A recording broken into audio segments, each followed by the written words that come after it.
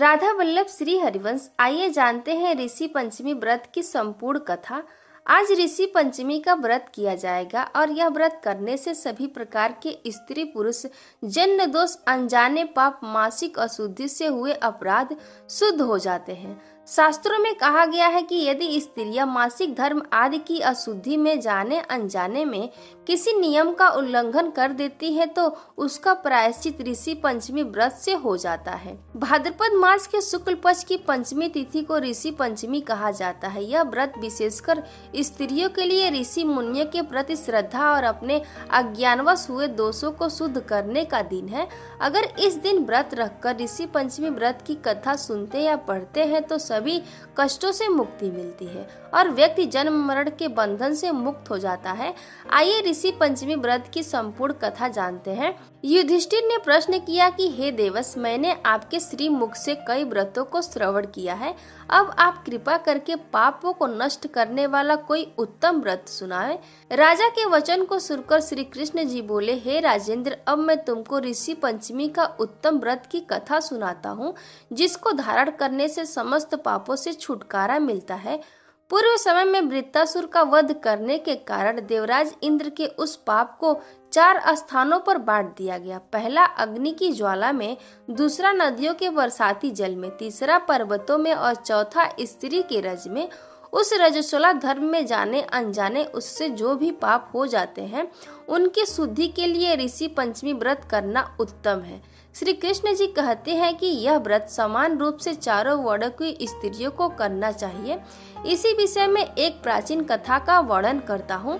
सतयुग में विदर्भ नगरी में सिनेजित नामक राजा हुए। वे प्रजा का पुत्रवत पालन करते थे। उनके आचरण ऋषि के समान थे। उनके राज्य में समस्त वेदों का ज्ञाता, समस्त जीवों का उपकार वाला सुमित्र नामक एक कृषक ब्राह्मण निवास करता था। उसकी सती जयश्री बेहद पतिव्रता थी। ब्राह्मण के अनेक नौकर चाकर भी थे। एक समय वर्षा काल में जब वह साध्वी खेती के कामों में लगी हुई थी तब वह रजस्वला भी हो गई। हे राजन, उसे अपने रजस्वला होने का आभास हो गया, लेकिन फिर भी वह घर गृहस्थी के कार्यों में ही लगी रही। कुछ समय के बाद दोनों स्त्री पुरुष अपनी अपनी आयु भोगकर मृत्यु को प्राप्त हुए। जयश्री अपने ऋतु दोष के कारण कुतिया बनी और सुमित को रजस्वला स्त्री के संपर्क में रहने के कारण बैल की योनि प्राप्त हुई, क्योंकि ऋतु दोष के अतिरिक्त इन दोनों का कोई अपराध नहीं था। इस कारण इन दोनों को अपने पूर्व जन्म का समस्त विवरण याद रहा। वे दोनों कुतिया और बैल के रूप में रहकर अपने पुत्र सुमित के यहाँ पलने लगे। सुमित धर्मात्मा था और अतिथियों का पूर्ण सत्कार किया करता था। अपने पिता के श्राद्ध के दिन उसने अपने घर ब्राह्मणों को जीवाने के लिए नाना प्रकार के भोजन बनवाए। उसकी स्त्री किसी काम से बाहर गई हुई थी कि एक सर्प ने आकर रसोई घर के बर्तन में विष उड़ेल दिया। सुमित की माँ कुतिया के रूप में बैठी यह सब देख रही थी। अतः उसने अपने पुत्र को ब्रह्म हत्या के पाप से बचाने की इच्छा से उस बर्तन को स्पर्श कर लिया। सुमित की पत्नी से कुतिया का यह कृत्य सहा न गया और उसने एक जलती लकड़ी कुतिया को मारी। वह प्रतिदिन रसोई में जो जूठन आदि शेष रहती थी उस कुतिया के सामने डाल दिया करती थी, लेकिन उस दिन से क्रोध के कारण वह भी उसने नहीं दी। तब रात्रि के समय भूख से व्याकुल होकर वह कुतिया अपने पूर्व पति के पास आकर बोली, हे नाथ, आज मैं भूख से मरी जा रही हूँ। वैसे तो रोज ही मेरा पुत्र खाने को देता था, मगर आज उसने कुछ नहीं दिया। मैंने सांप के विष वाले खीर के बर्तन को ब्रह्म हत्या के भय से छूकर भ्रष्ट कर दिया था। इस कारण बहू ने मारा और खाने को भी नहीं दिया। तब बैल ने कहा कि हे भद्रे, तेरे ही पापों के कारण मैं भी इस योनि में आ पड़ा हूँ। बोझा ढोते ढोते मेरी कमर टूट गई है। आज मैं दिन भर खेत जोतता रहा। मेरे पुत्र ने भी आज मुझे भोजन नहीं दिया और ऊपर से मारा भी खूब।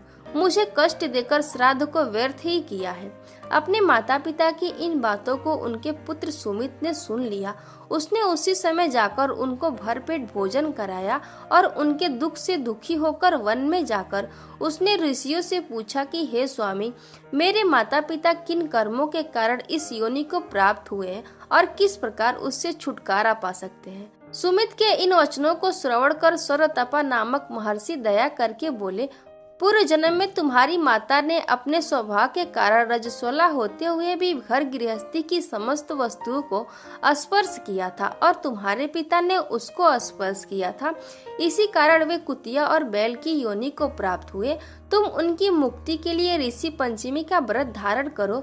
श्री कृष्ण जी बोले, हे राजन, महर्षि सरतपा के इन वचनों को श्रवण करके सुमित अपने घर लौट आया और ऋषि पंचमी का दिन आने पर उसने अपनी स्त्री सहित उस व्रत को धारण किया और उसके पुण्य को अपने माता पिता को दिया। व्रत के प्रभाव से उसके माता पिता दोनों ही पशु योनियों से मुक्त हो गए और स्वर्ग को चले गए।